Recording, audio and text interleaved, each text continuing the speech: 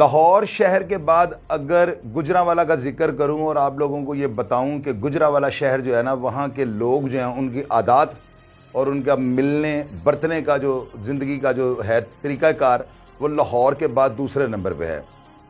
खाने बड़े मशहूर हैं, पहलवानी बड़ी वहाँ की मशहूर है, लोग भी जिंदा दिल हैं, अच्छे खासे लैंडलॉर्ड लोग जो हैं वो गुजरांवाला के रिहायशी हैं और वो बड़ा एक तरक्की याफ्ता शहर बन चुका है। अब जब ये तरक्की की तरफ जो है ना रवां दवा था ना, ये शहर 90 की दहाई थी, तो मैंने आपको बताया कि अफजल टन के ऊपर मैंने एक प्रोग्राम करना था। मैंने उस शख्स के बारे में किसी प्रोग्राम में कह दिया कि वो उजरती कातल था, बड़ी तनकीद हुई और मैंने जब उसके बारे में उसके जो भी मुझे बताया गया या जो हालात मेरे तक पहुँचे उनकी मैंने एक रिपोर्ट तैयार की है और वो बिल्कुल हालात वाक़यात के मुताबिक है, कोई मनगढ़ंत उसमें बात नहीं है।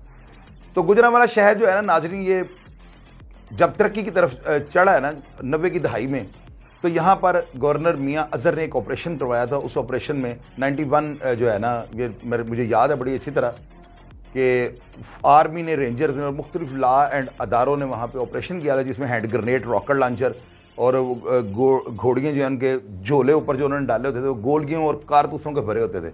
ये वहाँ से रिकवरी हुई हैं, इश्तिहारी भी को पकड़े गए। तो अब इस ऑपरेशन के पीछे बैकग्राउंड वो कहानी बड़ी आगे निकल गई और मैंने आपको पता है कि लफ्ज़ ब लफ्ज़ आपको दुरुस्त बताने की कोशिश करनी है और मैं अल्लाह के हुक्म से कर रहा हूँ।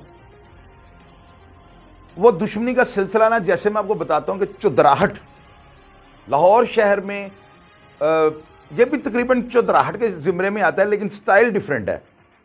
लाहौर में जब दुश्मनों ने दूसरों पे अटैक किए, ज़्यादा से ज़्यादा 2 नहीं तो 4 अफराद जो इनकी वो जो डेथ होती है या वो कत्ल होते हैं। हमलावर को भी पता होता है कि शहर है यहाँ पर जो है ना, अगर मैंने कोई ब्रेस्ट मारे या मैंने अगर कोई ऑटोमेटिक हथियारों से फायरिंग की तो ये शहर है, यहाँ पे बहुत ज़्यादा जानें चली जाएंगी। शायद इस वजह से यहाँ पे इस तरह के मर्डर नहीं होते जैसे कि दूसरे जो है पाकिस्तान के जो शहर या वो देहात हैं। खैर बहरहाल वो दुश्मनी स्टार्ट कहाँ से हुई, ये जो कत्लो गारत का सिलसिला स्टार्ट होता है ये कहाँ से होता है, ये एक बड़ी लंबी दास्तान है। एक शख्स था, उसका नाम था मोहम्मद इलाही। उस बंदे के बारे में आप व्यूवर्स ने, देखने वालों ने, जिन्होंने अपू टन के प्रोग्राम का स्टार्ट, जो मैंने उसका ट्रेलर जो मैंने आपको लगाया था और मैंने कहा था कि मैं इसका प्रोग्राम करूंगा, उसके नीचे बहुत ज़्यादा कमेंट्स आए हैं लोगों के ना, और मैंने वॉइस मैसेजेस लोगों के रिसीव किए हैं और कहानी की तह तक पहुँचा हूँ। मोहम्मद इलाही बारसूख आदमी था। उसके बारे में मैंने ये सुना है कि जिस वक्त वो इलेक्शन लड़ा है ना, वो जेल में था। ये इलेक्शन के जो है ना वहाँ से सिलसिला स्टार्ट होता है। तो चुतराहट का था कि भाई हम चौधरी, वो कहते हैं हम चौधरी। उस वक्त काउंसलर का इलेक्शन जो था वो कम से कम 34 यानी 34 देहातों का वो जो है ना एक इलेक्शन होता था और काउंसलर बाख्तियार होते थे। बड़ा हमें खुद याद है कि हमारे जो बड़े कोई सियासत में चौधरी फतेह अली थे, तो बड़ा उनको स्कूटर पर उन्होंने आना, लोगों ने वो आ रहे हैं काउंसलर साहब।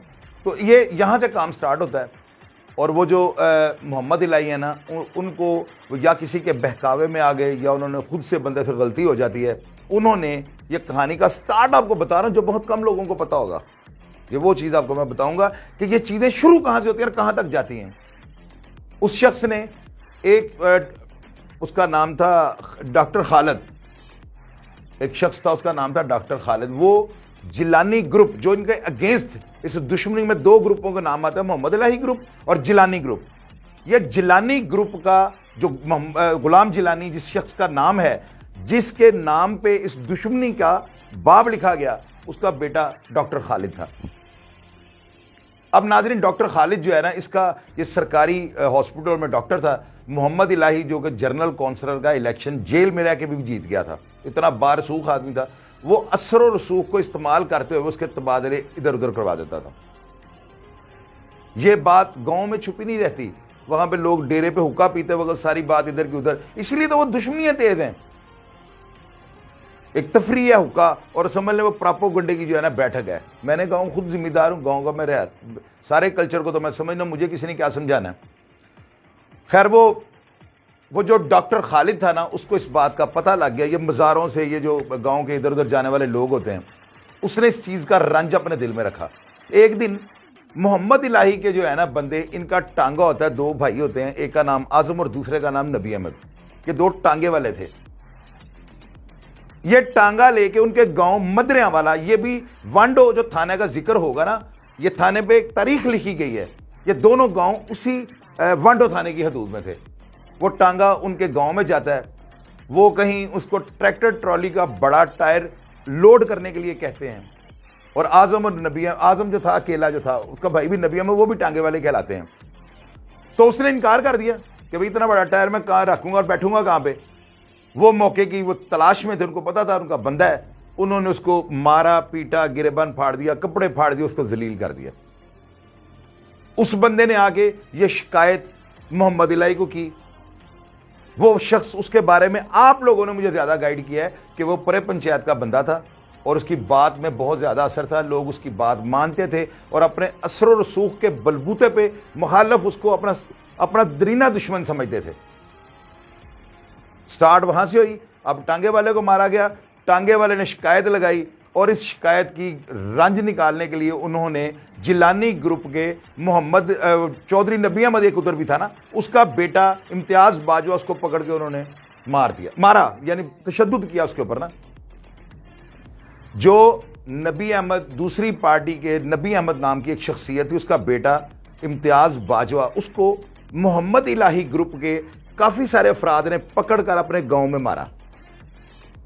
अब ये बंदा जो था ना, इम्तियाज बाजवा, ये उनके लिए बड़ी अहमियत का हामिल था। अब इसी दौरान ये जो इम्तियाज बाजवा जिसको इन्होंने मारा, मोहम्मद इलाही ग्रुप ने, उसके कजन को, उसका नाम था कौसर शहबाज, उसके वालिद का नाम था चौधरी सफदर। ये शख्स जो है ना, चौधरी सफदर, अप्पू टन के एक फायर से जख्मी भी हुआ है, वो आपको मैं आगे चल के बताता हूं। खैर, वो जो कौसर शहबाज था ना, उसने इस चीज़ का बदला लेने के लिए ना इनके सब के साथ प्लानिंग की, इम्तियाज़ बाजवा वगैरह साथ मिले और इन्होंने एक क्लाशनकोफ, जो उस वक़्त के लोग, आप वीवर्स बता रहे हो और ज़्यादा लोगों की बात सच होती है, स्टोरी के मुताबिक वो क्लाशनकोफ और साथ 7mm और दूसरे जो है ना मैनुअल हथियार जो होते हैं ना, जो ऑटोमेटिक नहीं होते, वो लेकर उन्होंने घात लगा लिया। और ये उस गांव के अंदर कोई ईदगाह है जो कश्मीर वाली साइड पे को बनी है ईदगाह, वहां पर इन लोगों ने घात लगा लिया। अब उस टाइम पे ना मोहम्मद इलाही जो था अपने दोस्तों को साथ लेके जमीन के एक बोर के लिए जा रहा था, जो ट्यूबवेल टर्पैन जिसको आप कहते हैं, उसकी बोरिंग के लिए वो जा रहा था। इन्होंने घात लगाई हुई थी और इन लोगों ने उनको देख के उनके ऊपर अटैक कर दिया। आप यकीन करें नादरीन, ये जो अटैक है ना, आप लोग तो इनको मजाक समझते होंगे, फिर आप कहते हैं चोई साहब वो किधर से किधर निकल जाते हो। और इतनी कीमती बात मुझे याद आती है, वो नहीं, चलो आज मैं नहीं सुनाता आपको। उन्होंने घात लगाई, उन्होंने उनके ऊपर अटैक कर दिया। अब उस अटैक में क्या होता है, जो इस पार्टी का मेन किरदार था, जिलानी ग्रुप और मोहम्मद इलाही ग्रुप, ये मोहम्मद इलाही जो फर्द है ना, ये इसको कत्ल कर दिया उन्होंने। और साथ जो एक शख्स था, उसका नाम था गालिबन आजम टांगे वाला, उसको भी फायर लग गए। और साथ को एक और बंदा अमजद था या क्या नाम था, उसको भी फायर लग गए। ये मुकदमे की जो FIR है ना, इस वाकया की जो FIR है, वो कौसर शहबाज के ऊपर मौतवा क्या जाती है कि इसकी फायरिंग से वो शख्स मरा, मोहम्मद इलाही, और बाकी 11 अफराद के ऊपर जो है FIR दर्ज होती है। उनमें उसके कज़न नबी अहमद के बेटे अफजाल बाजवा, अल्ताफ़ बाजवा, उसके बाद उनका एक और भाई था, 3 भाई ये थे, वो सब मेरे साथ कैंप जेल में 1993 में रहे हुए हैं। इनका केस जो है दहशतगर्दी कोर्ट से लाहौर ट्रांसफ़र हो गया हुआ था, उसके लिए उनको judicial transfer jail to jail कर दिया गया था। और उसी बैरक में, उसी कमरे में मैं रहा हूं जिनमें ये सारे थे। इनके कज़न थे जमील, और चौधरी जमील उसका नाम था, एक और थे वो बुजुर्ग इनके साथ होते थे, उनका वो डॉक्टर खालिद थे या क्या नाम था उनका। तो ये सारे ग्रुप ना कैंप जेल के अंदर थे। 2-3 साल मैं इन सब के साथ रहा हूँ कैंप जेल, जितनी देर भी मैं हवालाती था। अब उनको सारी स्टोरी मैंने सुनी है। अब नाजरीन, ये घात लगा लेते हैं और वहाँ पर मास्टर मंजूर जो मोहम्मद इलाही का भाई था, ये एक ट्यूबवेल के बोर के लिए अपने दोस्तों के साथ गांव में जा रहा होता है। वो घात लगाया, अफराद ने फायरिंग कर दी, क्लाशनकोफ से वो हमलावर थे और साथ उनके पास दूसरे भी हथियार थे। उनके हमले में मास्टर मंजूर जो है उसकी डेथ हो गई, कत्ल हो गया वो। उसके साथ आजम टांगे वाला था, वो शदीद ज़ख्मी हो गया। अब नाजरीन, वो 11 अफराद जिन पर FIR दर्ज होती है, कौसर शहबाज जो कि आपको मैं बता चुका हूँ कि चौधरी सफदर का बेटा था और ये जिलानी ग्रुप के जो है ना उनके अजीज़ था, करीबी अजीज़ था। ये बंदा अंदर रह जाता है, 11 बंदे जमानतों पे बाहर आ जाते हैं। अब ये बाहर आके ना ये जो अफराद इस मुकदमे से रिहा होते हैं, ये दोबारा प्लानिंग करते हैं कि अब हम इसका यानी इस आगे क्या इस स्टोरी को हमने चलाना है।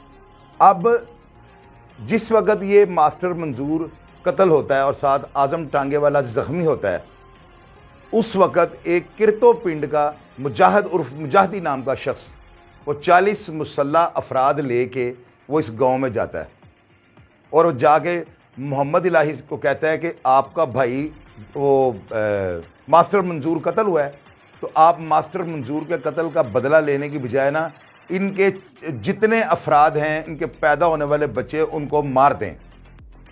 मैं इस चीज़ की गारंटी देता हूँ कि ये दुश्मनी रुकेगी नहीं और आप इस चिंगारी को तूफान भी बना सकते हैं और इस चिंगारी को बुझा भी सकते हैं।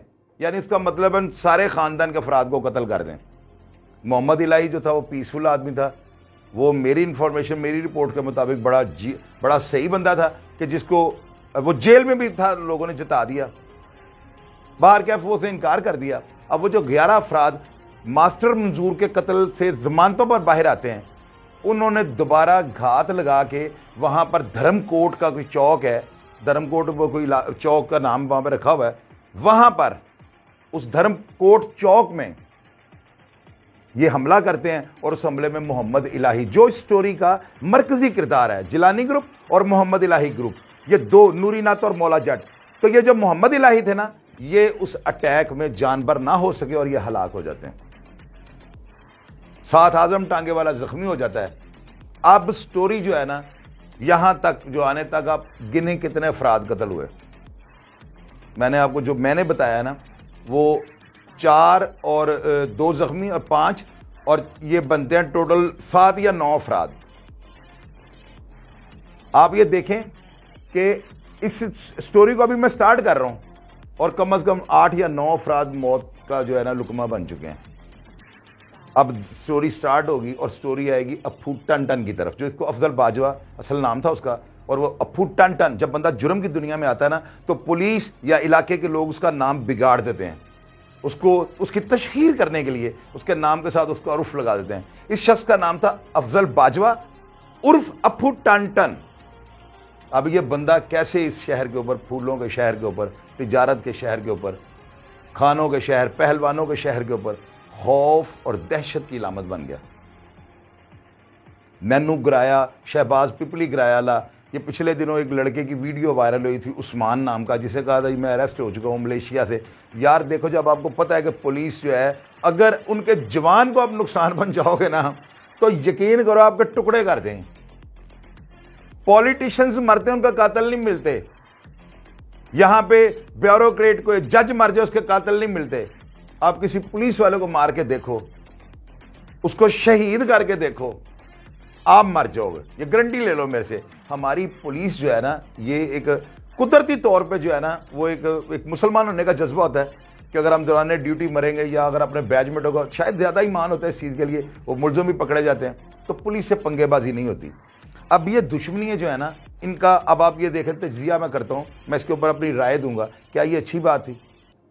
ये जो दुश्मनी है ना, ये दुश्मनी यकीन करें, लोग यूट्यूब पे कहते हैं जी अफजल बाजवा ने 500 बंदा मार दिया, रियलिटी में 10 नहीं तो 11 बंदे उसके नाम पे लिखे चुके हैं, जो गए जिनका यानी दुनिया बताती है कि वो कत्ल उसने किए हुए।